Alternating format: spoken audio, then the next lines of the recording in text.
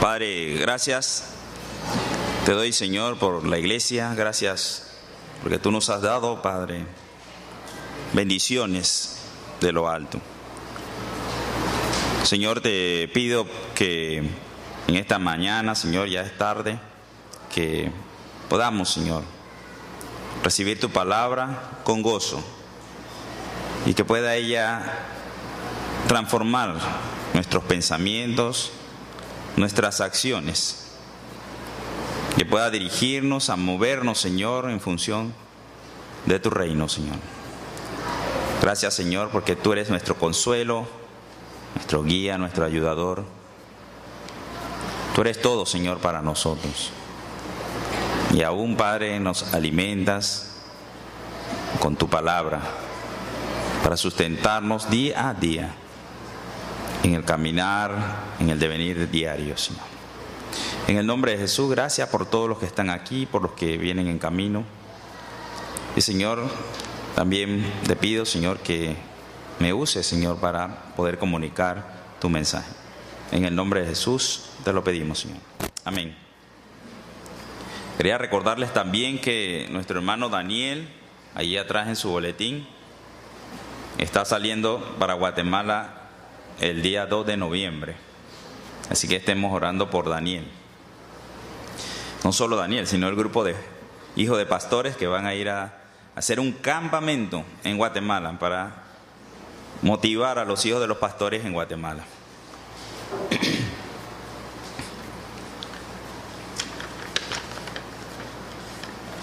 Todos tienen su boletín.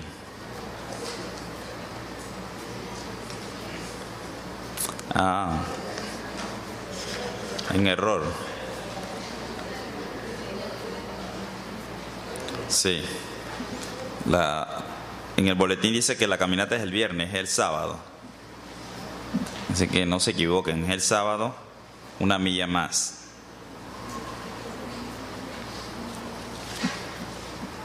Bien, ya hemos leído el Evangelio de Marcos en capítulo 2. Y en este Evangelio estamos encontrando un escenario muy interesante, 3 situaciones que se dieron allí muy, muy interesantes. Pero empieza con un Jesús regresando o saliendo al mar. Dice que salió al mar, no que se fue en barco, sino que regresó a la playa. Me imagino un lugar fresco, un lugar donde ya él había estado. Él caminó por la playa llamando a sus discípulos. Y en esta playa hay comercio y llegan los mercaderes trayendo sus productos o viniendo hacia la ciudad a vender. Y allí en esa playa me imagino que hay un pequeño puerto donde hay un lugar donde se cobra impuestos. Y es allí donde Jesús pasa y se encuentra a Leví. Y hoy quiero hablarles de una vida nueva. La vida nueva que el Señor nos ha regalado. Según la palabra de Dios, estábamos muertos en delitos y pecados, y Él nos dio vida. Así lo dice Efesios 2, que estábamos muertos en nuestros delitos y pecados, y Él nos dio vida. Él nos perdonó de todos nuestros pecados.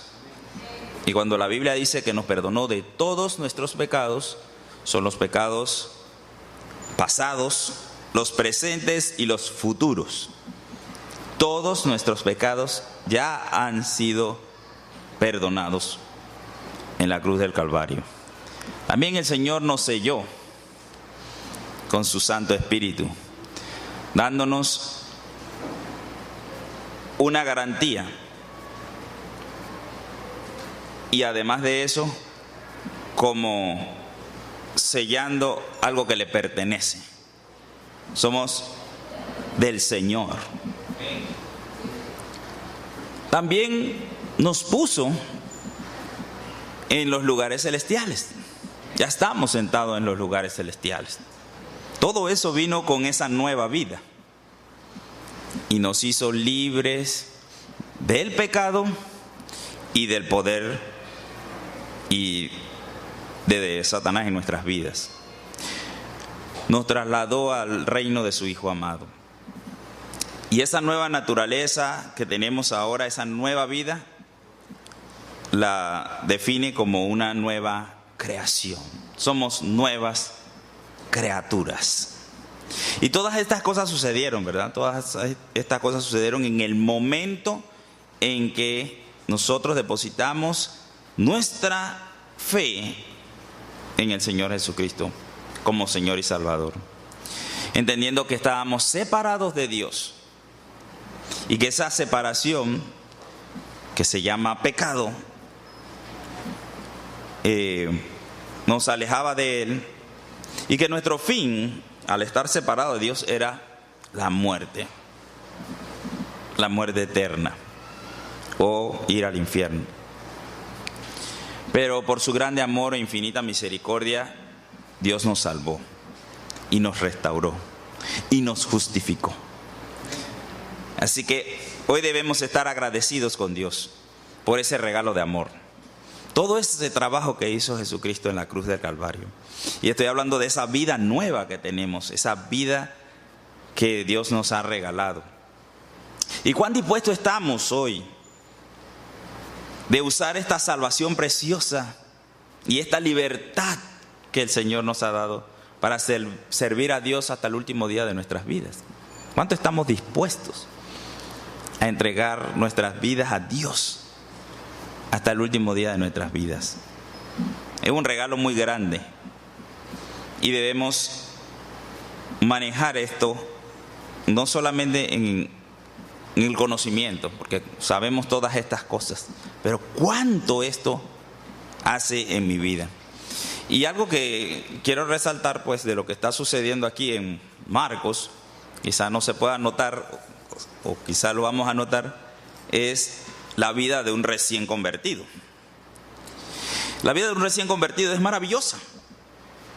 Su pasión por Cristo brota por todo su ser. Es que dentro de su interior está pasando algo como una revolución, dice un libro, ¿verdad? Una revolución está pasando dentro de un nuevo creyente cuando éste ha aceptado al Señor como Salvador. Y hay una revolución dentro de él. Todo su entorno se transforma. Toda su vida es transformada.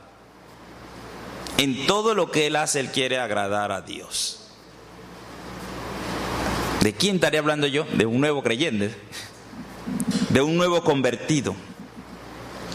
Y le preguntarías, ¿cuánto conocimiento bíblico tiene un nuevo creyente? Muy poco, ¿eh? Nada. Él sabe que Jesús murió en la cruz del Calvario por él y que ha sido redimido, que ha sido comprado con su sangre preciosa. Eso es lo único que él sabe. Pero él está explotando de agradecimiento, él está emocionado por lo que ha sucedido en su vida. Otra pregunta, ¿existe la misma pasión en aquellos que llevan tiempo caminando con Cristo? Reflexionen por un momento. ¿Podremos despertar esta pasión por Cristo? Hoy el tema es renovando nuestra pasión por Cristo. En este capítulo vemos a este nuevo creyente, Mateo. El Señor le llamó y su vida demostró pasión y amor inmediatamente. Jesús salió a buscar, a pasear, a andar, a caminar, pero en lo que él andaba mucha gente se le unía, mucha gente llegaba a él. Inmediatamente Jesús nunca dejaba de tomar tiempo para las personas. Dice la Escritura en el versículo 13 que él les enseñaba. Así nosotros, nuestras vidas deben ser de esa misma manera. Salimos a pasear, a andar, hacer lo que sea, trabajar. Y siempre debemos sacar tiempo para los perdidos, para enseñar, para compartir el Evangelio. En su caminar Jesús encuentra a Mateo, a Leví. Bueno, acá dice Leví. Entendemos que es Mateo. Los otros evangelios lo mencionan como que es Mateo. Mateo el publicano, cuando lo mencionan entre los versículos de los apóstoles. Él era un publicano, una persona que cobraba impuestos. Este trabajo muchas veces era un trabajo donde se pagaba dinero para tener esa posición. Mucho dinero se pagaba para tener esa posición. Y en realidad ellos eran como mercaderes o contratistas, le llamaban, porque ellos cobraban el impuesto a los que llegaban a la nación, también a los ciudadanos, porque cobraban impuestos a los ciudadanos. Pero su trabajo estando allí en la entrada del puerto era cobrarle a los mercaderes, a los que traían mercancía para vender en Capernaum. Así que ellos cobraban lo que ellos querían, pues, según lo que ellos vieran que estaban trayendo a vender. Así que en algunas ocasiones estos publicanos pues cobraban de más y explotaban a la gente. Lo sabemos porque Zaqueo nos declaró de que él le robaba a la gente, ¿verdad? Así que prácticamente todos hacían lo mismo. Y a alguien se le daba el título de cobrador de impuestos, pero él subcontrataba a otras personas. Así que él era un contratista de cobrador de impuestos. Así que Mateo podía ser un subcontratado y Zaqueo era el jefe de él, por decirlo así, de los cobradores. Vamos a identificar a este Mateo. ¿Quién es este Mateo? Antes de que hablemos de él. Mateo era un judío, recaudador de impuestos al servicio de Roma. Sabemos eso, por eso era aborrecido por los judíos. Y especialmente por los escribas. Ahí aparece en la escritura que los aborrecían. Pero también fue un hombre humilde y un hombre hospitalario, porque abrió su casa al Señor. Era un hombre talentoso y inspirado por Dios escribió el libro que conocemos como el libro de Mateo. También sabía griego, arameo y hebreo y conocía muy bien el Antiguo Testamento, porque en el libro de Mateo él cita mucho el Antiguo Testamento.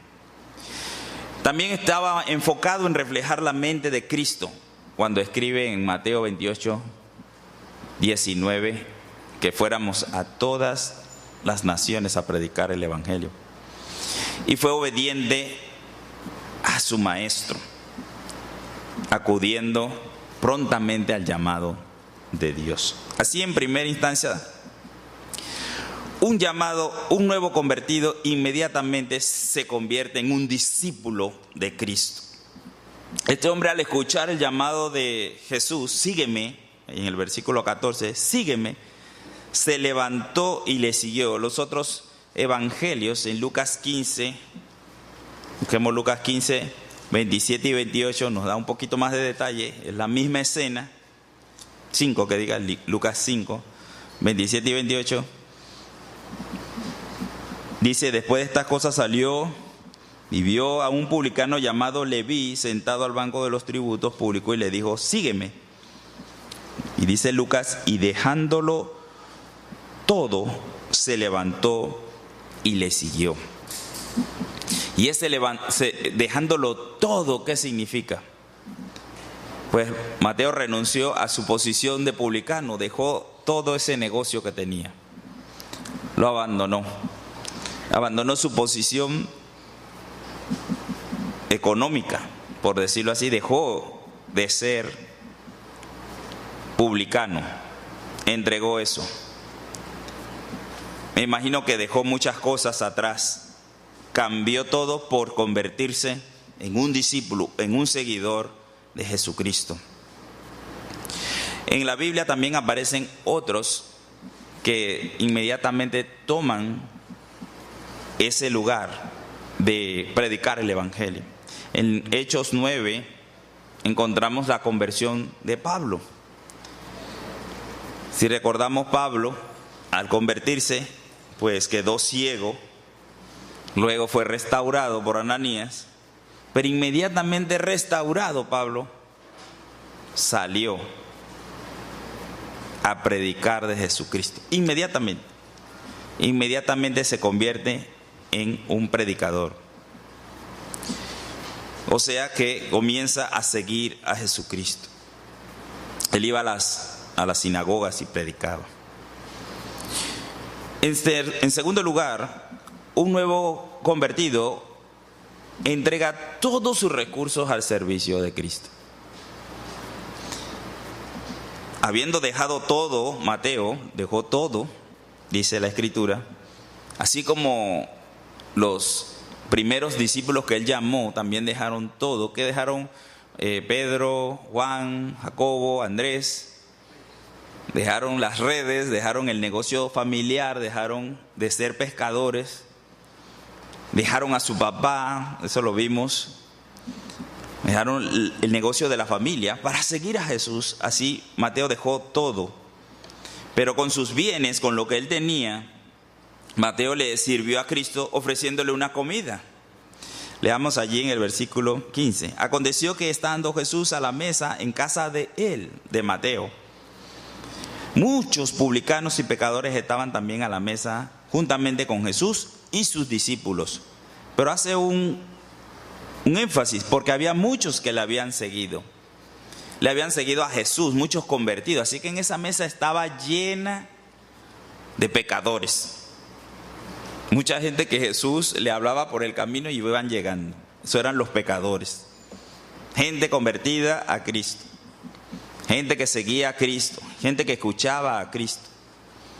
Y Mateo hace una fiesta en honor a Jesús. No solamente invita a Jesús, sino a todos sus discípulos, a todos los que estaban siguiendo a Jesucristo. Así que piensen, ¿qué se necesita para hacer una fiesta? Mucha comida, mucha bebida. Se necesitan sirvientes también. Toda esa, la casa, el lugar donde iban a estar, todos esos recursos, Mateo los puso al servicio de Jesucristo, en el ministerio de Jesús. ¿Cuál era el ministerio de Jesús? Predicar el Evangelio. Así que este nuevo convertido se gozaba en dar para el ministerio, porque reconoce que el dueño de todo lo que él tiene es Jesucristo. También en Hechos leemos algo parecido. Hechos 4, 32, 35. ¿Cómo se comportaban los primeros cristianos?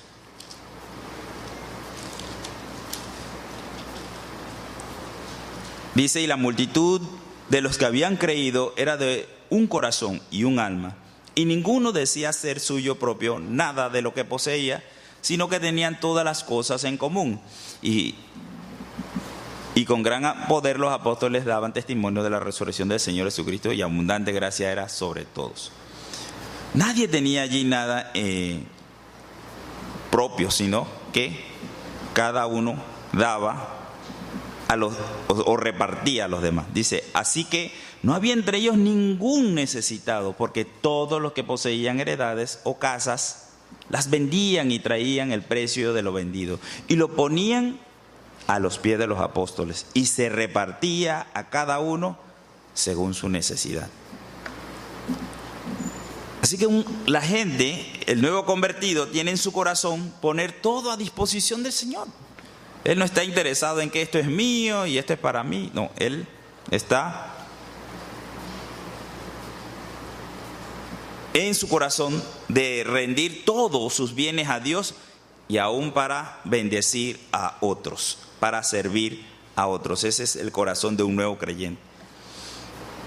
Y en tercer lugar, este nuevo creyente, esta nueva vida, se convierte en luz para todos a su alrededor.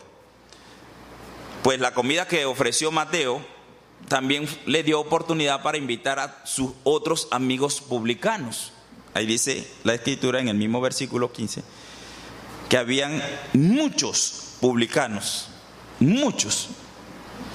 Y me imagino que esos publicanos eran amigos de él. Invitó a todo el clan de publicanos, vamos, vengan a mi casa. Los invito.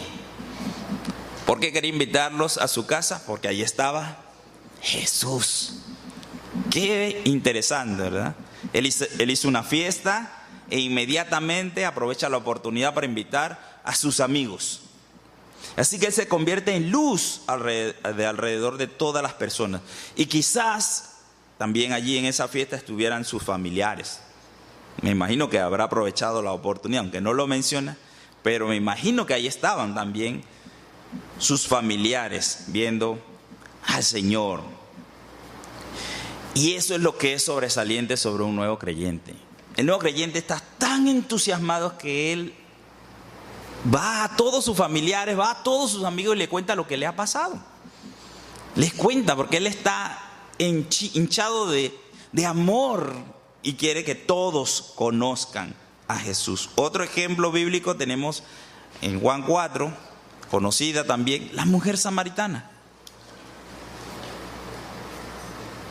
En el versículo 28 ya sabemos que la mujer samaritana, Jesús tuvo una conversación con ella, se declara: yo soy el Mesías. ¿Y qué hace esta mujer? Dice: entonces la mujer dejó su cántaro y fue a la ciudad y dijo a los hombres: venid, ved a un hombre que me ha dicho todo cuanto he hecho. ¿No será este el Cristo? Qué interesante, ¿verdad? Ella salió emocionada. ¿A qué? A ir a la ciudad, a compartirle a todos los hombres que estaban en la ciudad: me encontré al Señor. Vamos, vamos. Eso es lo que hace un nuevo creyente. Está impactado por lo que ha descubierto y sale. Los nuevos en la fe tienen esa fuerza y pasión por agradar a Dios. Ellos quieren estudiar las Escrituras con mucho entusiasmo para encontrar qué quiere el Señor de sus vidas. Son entregados en su totalidad: alma, cuerpo, vida, fuerza, recurso, inteligencia, creatividad, aún su influencia. Mateo fue de influencia a sus amigos, así que esa influencia también la utilizó. Todo lo entregan al Señor. Esto lo hacen porque quieren que todos conozcan al Salvador, que nadie se pierda de esa bendición que ellos acaban de obtener. Sin ofender a nadie, ahora pregunto: ¿qué pasa con toda esa fuerza y pasión? ¿Qué sucede cuando pasan los años? ¿Qué pasa? Es una buena pregunta, ¿no? ¿Qué sucede? ¿Será que la madurez espiritual hace que el creyente deje de ser apasionado? ¿Será? Es una pregunta de algo que estamos viendo, pero la Biblia nos dice que ciertamente eso no pasa. La Biblia dice que Pablo fue apasionado hasta el último día de sus vidas. Así que no es que cuando uno se convierte en un maduro en la fe, deja de ser apasionado por Cristo. La Biblia dice que nosotros debemos compartir el Evangelio y vivir apasionados por Cristo hasta el último día de nuestras vidas. Entonces algo está sucediendo en la vida de los creyentes. Contagiémonos de la fuerza y pasión y sirvamos a Dios con mucho entusiasmo. Sucede que cuando los nuevos creyentes llegan a nuestra iglesia y ven a los que ya son maduros en la fe, y ellos vienen todos apasionados, entonces ¿con qué se encuentran? Con gente ya madura y un poco apática. Y al contrario, debemos entonces nosotros, los maduros, contagiarnos con esa fuerza y pasión. En este mismo pasaje encontramos dos clases de personas. Estaban aquellas vidas que tenían su amor enfriado. Ellos deberían ser apasionados también, pero estaban con su amor enfriado. En primer lugar, estas personas viven atacando el corazón de los discípulos. Leamos el versículo 16. Y los escribas y los fariseos, viéndole comer con los publicanos y con los pecadores, dijeron a los discípulos: ¿qué es esto? Que él come y bebe con los publicanos y pecadores. No le dijeron a Jesús, como que no eran tan valientes como ir a Jesús a preguntarle: ¿qué es esto? Perdón. Pero sí aprovecharon la oportunidad. Me imagino que cuando se terminó la fiesta estaban allá afuera y le comenzaron a cuestionar a sus discípulos: ¿qué es lo que está haciendo tu maestro? ¿Por qué hicieron esto? En la ley judaica dice, o parece que se establecía, no es la ley judaica que dio el Señor, sino la ley que ellos establecieron. Establecieron entre ellos, los rabinos, que ellos nunca iban a llevar a sus discípulos a estar conviviendo con pecadores. O sea, establecieron que un maestro no debía llevar a sus discípulos a convivir con los pecadores. Y ellos les estaban reclamando a sus discípulos: mira, tu maestro te está poniendo a comer con pecadores, con publicanos. Porque los publicanos eran personas despreciables para ellos. Especialmente para ellos porque servían al Imperio Romano. Y esto de atacar al nuevo creyente, pues hoy día lo podríamos interpretar como murmurar. Murmurar. Yo voy y murmuro. No murmuro solamente de los líderes, sino murmuro de cualquiera. Y murmurar significa hablar de alguien a espalda de él. Simplemente, yo voy y murmuro. Y al murmurar, aún a estos nuevos que han llegado,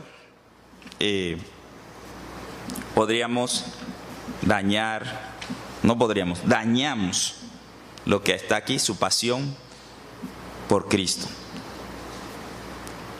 La murmuración es un mal en la iglesia. Quizás a veces queremos comentar cosas, pero evitemos murmurar de cualquier manera contra alguien, sea lo que sea, aún sea verdad lo que yo pueda decir, pero murmurar no es de bendición para la iglesia. Busquemos Santiago 4:11. Estas personas murmuraban a los discípulos, dañando el corazón del discípulo.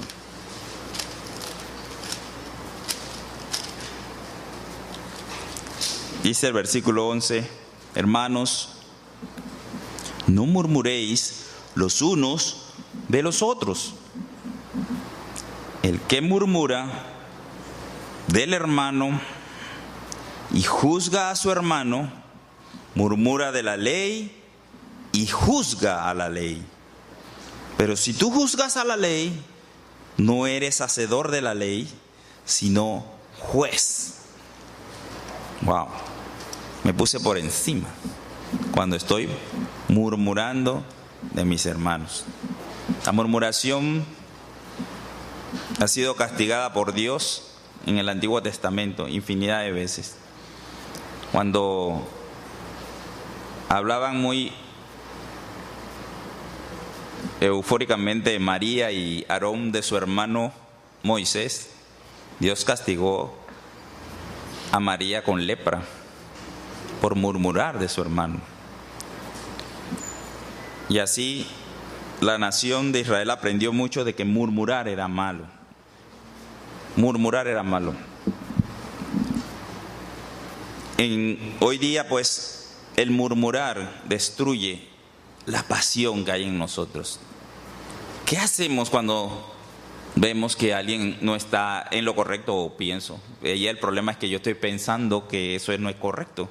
Por eso me pongo por encima de la ley. Estoy yo poniendo el pero, ¿no? Yo estoy diciendo, lo que está haciendo es incorrecto y comienzo a hablar, mira, el otro está haciendo algo que es incorrecto. Hablar con la persona, si yo pienso que es algo incorrecto, voy y hablo con la persona. Eso no es murmurar, si yo voy y hablo con la persona. Entonces, arreglamos el asunto, voy a donde esa persona y conversamos. Si después de conversar con esa persona todavía no se ha arreglado el asunto, entonces puedo invitar a otro hermano y hablamos y de nuevo vamos con la persona y conversamos con la persona. Eso es lo que dice la Escritura. Dice Pablo que puedes llegar hasta llevarlo a la iglesia, pero sería un caso extremo, ¿verdad? Algo que está destruyendo la imagen de Cristo. Se llevaría hasta el extremo de llevarlo a toda la iglesia. Pero si no es algo tan como el hermano me mira mal todos los días y bueno, no me parece, y yo le hablo y llevo otro y no me parece y no se arregla el asunto, dice Pablo, pues lleva la carga, pues déjalo, perdónalo y punto. Más nos perdonó Jesús en la cruz del Calvario, tú perdónalo también. Entonces, déjaselo en la mano del Señor. ¿Por qué? Porque murmurar es que yo me ponga a decir mal del hermano, a todo el mundo le hablo, mira que el hermano hace, que el hermano me mira mal, y a todos que me encuentro le digo lo mismo. Eso es murmurar. Y daño la imagen del hermano delante de todos, por algo que yo percibo, que yo soy el que lo estoy percibiendo. En segundo lugar, estas personas que se le ha enfriado el amor, viven para ellos y no por el amor al perdido. A este grupo de personas no les interesaba los pecadores que habían en la mesa. Ellos no estaban interesados por ellos. Ellos reprendían lo que estaba haciendo Jesús, rechazaban lo que estaba haciendo Jesús y no entendían por qué. No les importaba,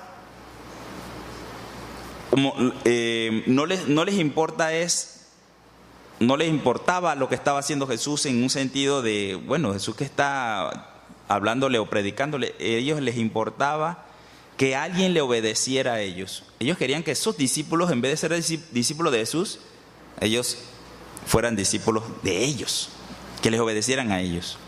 Esa es la lucha que tienen los escribas y los fariseos, que otros sigan a Jesús. Ellos quieren ser respetados, ellos quieren llevarse la gloria, ellos quieren ser los rabí, los maestros. Así que están cegados y confundidos por seguir el juicio que otros han establecido. Como les dije, esto que ellos le denunciaban a Jesús, pues era una norma que ellos habían puesto. De que, bueno, acordamos que no vamos a llevar nuestros discípulos a comer con los pecadores. Bueno, y ellos estaban reclamándole a Jesús como si fuera la ley de Dios. O sea, poniendo esos edictos que ellos establecían, esas reglas, esas normas de comportamiento por encima de la ley de Dios. Así que Jesús tomó tiempo para responderle. Dice el versículo 17, al oír esto Jesús les dijo, los sanos no tienen necesidad de médicos, sino los enfermos. No he venido a llamar a justos, sino a pecadores. Él les mostró que el verdadero propósito de la cena no era tener una relación de aceptación del pecado. Era aceptarlos como personas y darles la oportunidad de escuchar el Evangelio.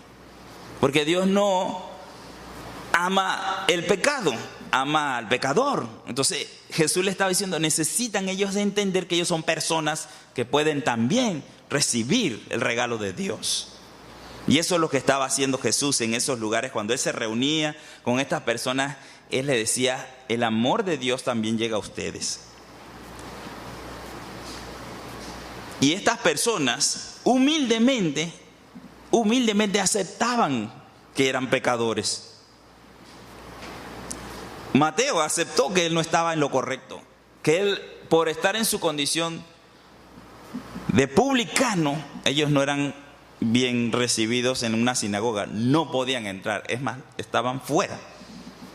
Estas personas nunca podían escuchar el Evangelio porque ellos no podían entrar a la sinagoga, ellos no compartían, no podían compartir. Imagínense que un publicano llegara a una sinagoga para eso. Eso era algo serio, pues. Estaba entrando el pecado a donde estaban los santos, los puros. Pero Jesús vino y se puso al lado de ellos y comió con ellos, compartió con ellos, pero no para justificar su pecado, sino para mostrarles el amor. Son los perdidos los que se consideran indignos de recibir un regalo de parte de Dios. Ellos se consideran indignos, pero Jesús a ellos es el que está buscando. Es a ellos que Él vino a salvar. Dice, no he venido a llamar a justos, sino a pecadores. ¿Cómo se sentían los escribas? Ellos se sentían puros, santos, perfectos. Ellos no necesitaban a Jesús. Pero estos pecadores eran los que estaban recibiendo a Jesús. Así dice la Escritura, ¿verdad? A los suyos vino y los suyos no le recibieron. No le recibieron. A esos que manejaban la palabra de Dios, esos que sabían la Escritura, no le recibieron. Pero dice, mas a todos los que le recibieron, a los que creen en su nombre, les dio potestad de ser hechos hijos de Dios. Así que cuando alguien tiene el corazón enfriado, se le enfría su corazón. Así que ya él no busca al perdido, sino que empieza a perder los salvos. Eso es lo que hace. Se le enfrió su corazón y en vez de buscar al perdido, lo que hace es perder a los salvos, porque comienza a murmurar y a criticar y a hacer daño. En tercer lugar, otro grupo de personas allí dice vidas llenas de rituales. Vamos a leer los versículos 18 y el 20. Dice, y los discípulos de Juan y los de los fariseos ayunaban y vinieron y le dijeron, ¿por qué los discípulos de Juan y los de los fariseos ayunan y tus discípulos no ayunan? Los discípulos de Juan se llevaban bien con los discípulos de Jesús. No había mucho conflicto allí. Quizás están bautizando, le dijeron una vez, pero no hay problema. Jesús no bautizaba, bautizaban sus discípulos. Pero pasó que hubo una duda allí en ese momento. Hay una duda en su corazón. ¿Por qué tus discípulos no ayunan? Y otra vez, ¿por qué razón los discípulos estaban preguntando eso? Los discípulos de Juan estaban preguntando eso. ¿Por qué razón? La ley de Dios dice, al principio la ley de Dios estableció el ayuno. En Levítico 16:29 dice que se debía ayunar una vez al año. Solamente una vez al año se iba a establecer el ayuno. Vamos a buscar Levítico 16:29 y veamos qué significa el ayuno o qué debe causar el ayuno. Levíticos 16:29.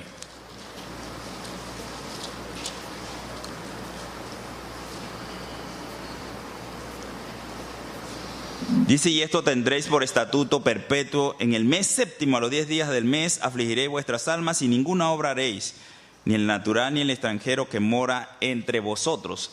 Ya mencionó el ayuno, donde dijo, afligiréis vuestras almas, eso es, ayunaréis. Porque en este día se hará expiación por vosotros y seréis limpios de todos vuestros pecados delante de Jehová. Día de reposo es para vosotros y afligiréis vuestras almas, es estatuto perpetuo. Así que en el mes séptimo, o sea, el mes de septiembre, deben ayunar, dice el Señor. Y se hace expiación de pecados y todo lo demás, una vez al año. Pero parece que el Señor fue instaurando más y más y más ayunos.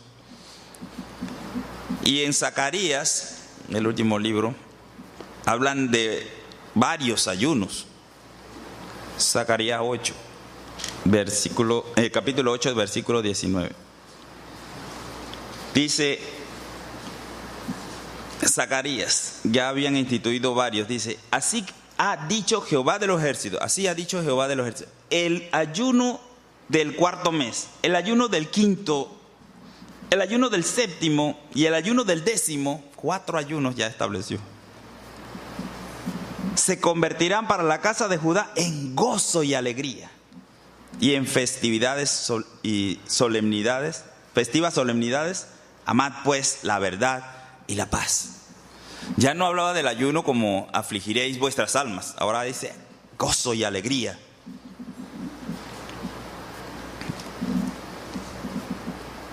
Pero el clímax de los ayunos llegó con los discípulos, con los fariseos, porque ellos establecieron que 2 veces a la semana iban a ayunar. 2 veces a la semana ayunar. Pero Jesús condenó la manera en que ellos lo hacían. Busquemos Mateo 6, 16. Ya el ayuno no era lo que Dios pensaba del ayuno. Ahora ellos utilizaban el ayuno de otra manera. Leamos Mateo 6, 16, dice: cuando ayunéis, no seáis austeros como los hipócritas, porque ellos demudan su rostro, lo tienen todo demacrado, para mostrar a los hombres que ayunan. De cierto os digo que ya tienen su recompensa. Su ayuno era para mostrar a los hombres. Y Jesús le dice, ya tienen su recompensa. Pues de los hombres la tendrán, pero de Dios no. Ahí no dice que lo hacían 2 veces a la semana. Vamos a ver Lucas 18. Era un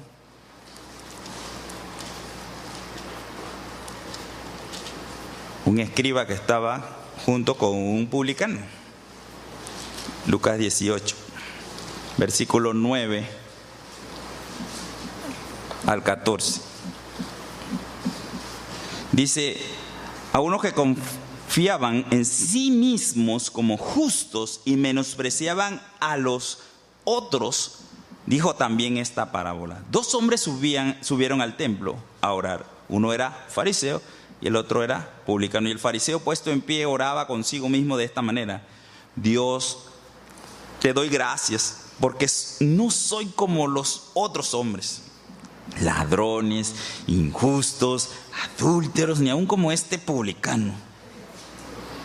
Yo ayuno 2 veces a la semana, doy diezmo de todo lo que gano.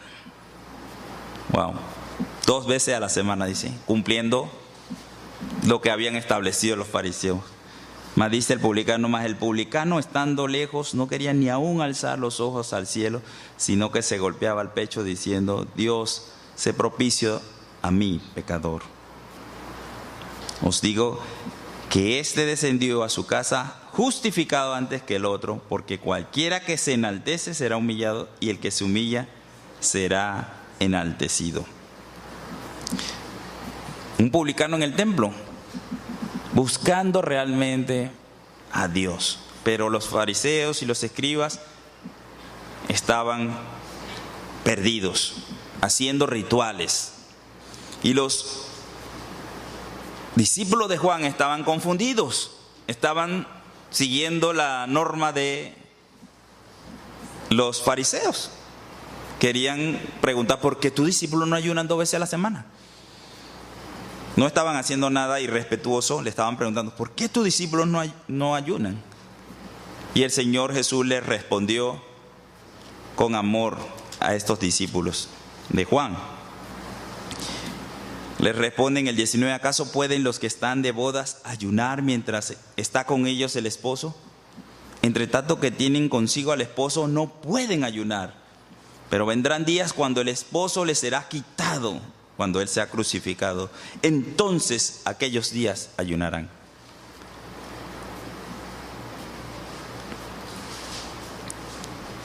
Estos discípulos viven sin disfrutar de la relación de Cristo. Por sus rituales ellos no estaban disfrutando realmente de la relación con Cristo. Estaba Cristo allí con ellos y ellos no podían disfrutar de una relación con Cristo, porque estaban enfocados en hacer cosas, rituales.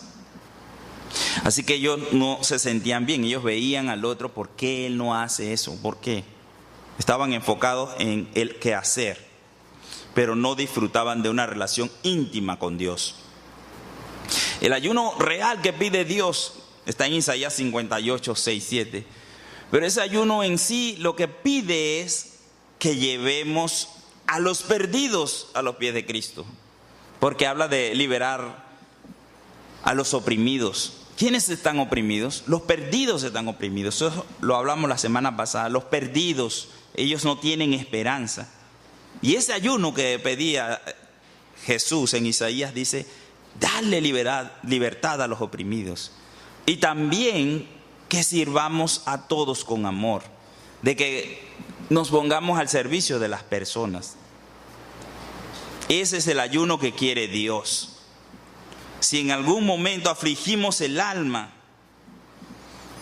por un ayuno, porque también lo podemos hacer, no es que no se pueda hacer hoy día el ayuno, debe ser para entrar en una comunión íntima con Dios.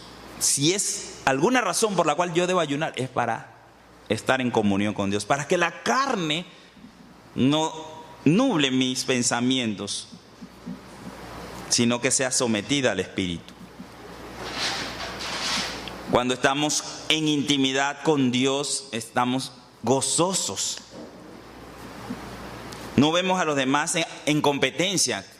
Yo no veo al otro, ¿qué está haciendo él? ¿Por qué no hace lo que yo hago? Eso es competencia.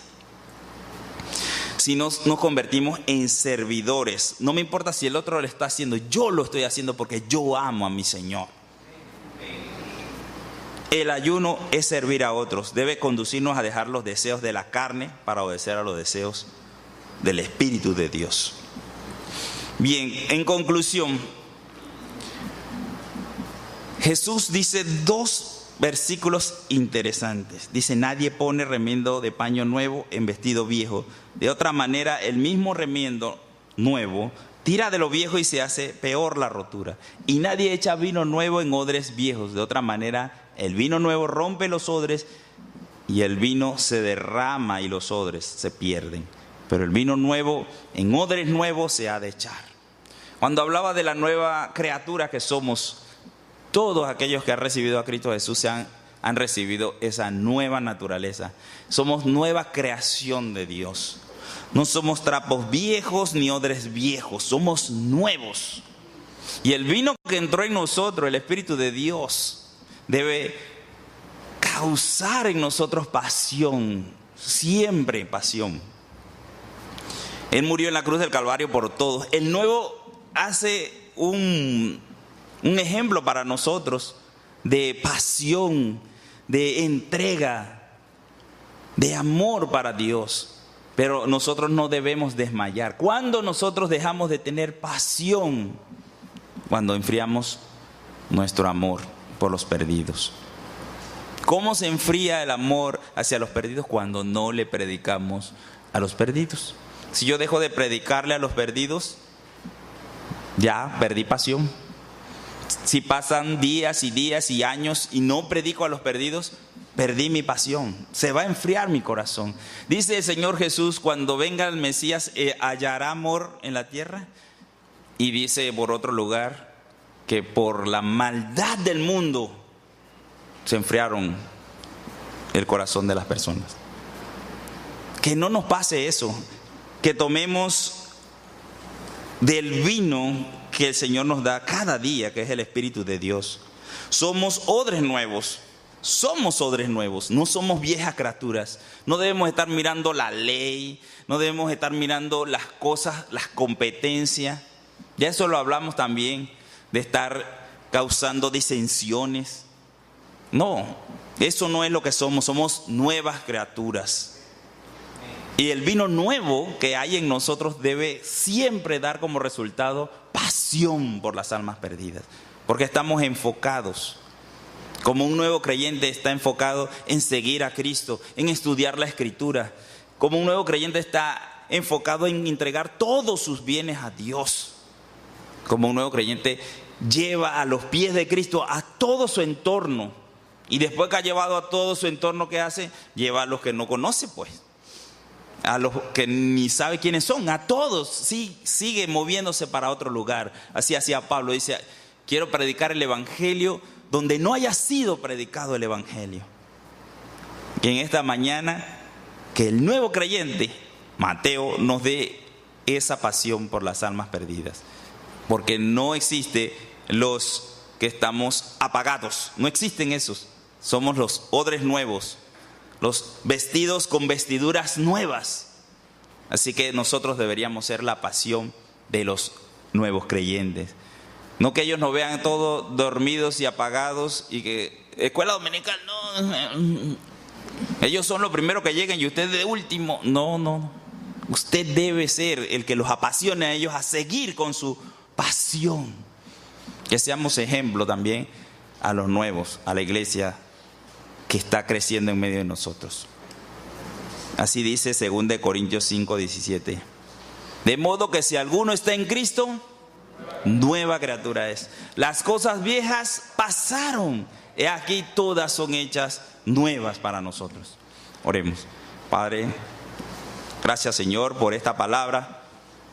Que podamos vivir enfocados, Señor, en ser nuevas criaturas, con nueva vida, con pasión, Señor, por los perdidos, con pasión, como cantábamos, Señor, alabando tu nombre, alcanzando, Señor, el conocimiento, no para vanagloriarnos, sino para darte, Señor, lo mejor a ti, para conocer lo que tú quieres de nosotros. Por eso estudiamos las Escrituras, no para discutir con nadie, no para altercar con nadie, solo para dar salvación y vida a otros. En el nombre de Jesús, ayúdanos, Señor, a mantener ese nuevo amor, ese primer amor que dice la Escritura. Que no sea solo primer amor, Señor, sino sea un siempre amor hacia Dios. Te alabamos, Señor, y te glorificamos, Padre. En el nombre de Jesús. Amén.